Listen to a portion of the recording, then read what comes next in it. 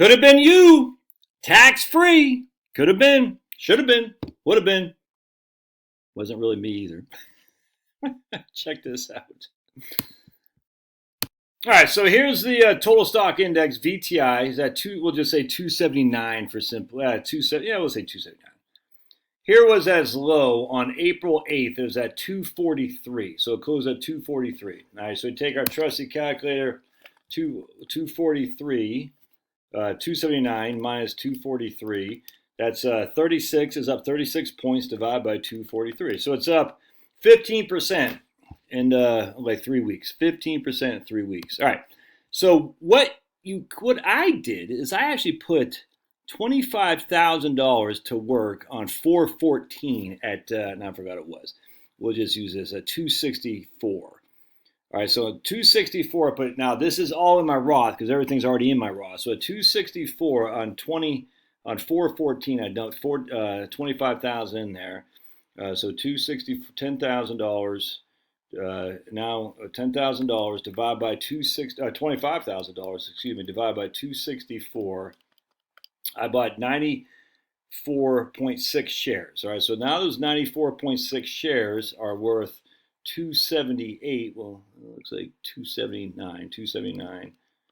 So I've made $1,420. Not too shabby. I mean, look, that's just speculation. No one knows.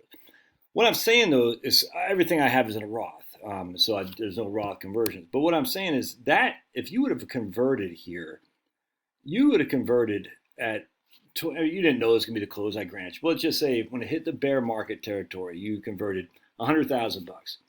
So you have $100,000 divided by 243, that's 411 shares. Now those 411 shares now are worth 279 times 279.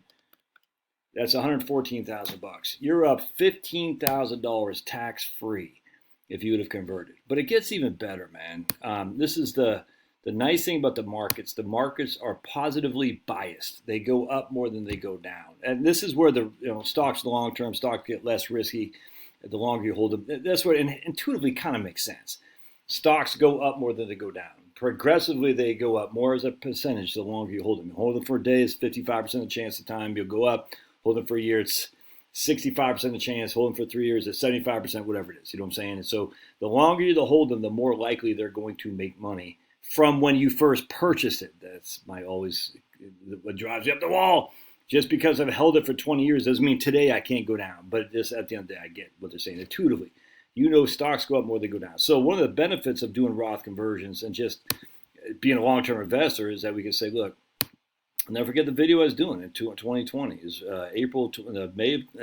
March of 2020. Maybe it was in February. I probably won't be able to find the video. Let's go back here. Blink. And I'll share you here. Go back to is in 2020. I was doing a video right about here. Let's see. Yeah, right about March. I think it was in February, actually. Yeah, right there. We'll just say, so VTI closed at 150. I think it's right about there. So I can't remember. We'll just use that February 150. VTI closed at 150. So say you had $100,000 and you would have converted VTI divided by 150. You had 666 shares. Oh my goodness, 666. 666 shares at $100,000 at 150. Now we see VTI is closed at 279. So 666 shares times 279. That's you've made an 86. That's without dividends reinvested, by the way. You've made $86,000 tax free from just doing that Roth conversion. Now you have to take into consideration you had to pay tax on the $100,000. So if that put you in effective tax rate, a marginal tax rate of 22%, it cost you $122,000 to convert $100,000. But here you are at 186. So you've actually netted $64,000 of tax-free cash because you did Roth conversions, strategic Roth conversions. Now, a lot of people I work with who are retired, it just doesn't make a whole lot of sense to do it because they're pulling money from their portfolio to live on. See, this is the difference. You and I, our working stiffs, are not pulling money from our portfolio to live on. And as such, we don't need that cash today to buy things. if you're pulling money from your portfolio to live on, doing Roth conversions on top of pulling from your portfolio to live on, that's a double whammy. You got to take the money out of your IRA in which to pay for the food bill, and you got to take money out of your IRA to do Roth conversions. That doesn't make a whole lot of sense to me. But if you're still working, or if you're not using that asset in which to live on, maybe you got a bonus, maybe you got deferred comp. Dude, I mean, when the markets go down, you have to say to yourself, what's the likelihood that in 5 years they'll be up? And this is where I could completely agree with stocks long-term people. The likelihood in 5 years that markets will be up from where you are today is substantial. I can't guarantee it, but the vast majority of time they've gone up, and gone up significantly too. So that's why you got to be strategically Roth conversions when the markets go down. Now, even better is you just like me, you have everything in Roth or brokerage account. You don't have to worry about all that crap. So I'm just doing when did I do my last Roth conversion? 2022. So I'm still negative. No, I'm not negative. Anyway, I can't remember. 2023, I did my last Roth conversion. So 2023, 2024, the markets were booming. So I made serious bank tax free, but I didn't do it back in 2020. I'll never forget. I have my man Francis down there in Florida, and he freaking did it that day I told him to do it. I didn't tell him to do it. I said on the YouTube channel, this is what I'd be doing.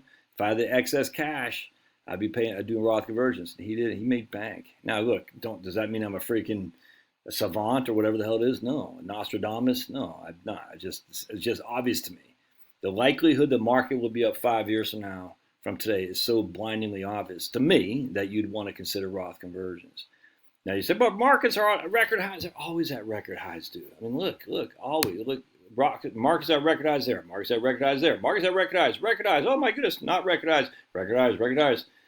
That's that little blip right there. Long-term perspective is what's needed. Right. Love your thoughts. God bless. If you did your Roth conversions over the last 5 to 10 years, I mean, just think, if you did a Roth conversion here in 2015, again, this is without dividends. And there's not much dividends, but 2% dividends, 2%, probably 1.5% dividends, 1.5% dividend. $100. Just on price alone, you've tripled. No, it's not. You've gone from 100 to 300, basically.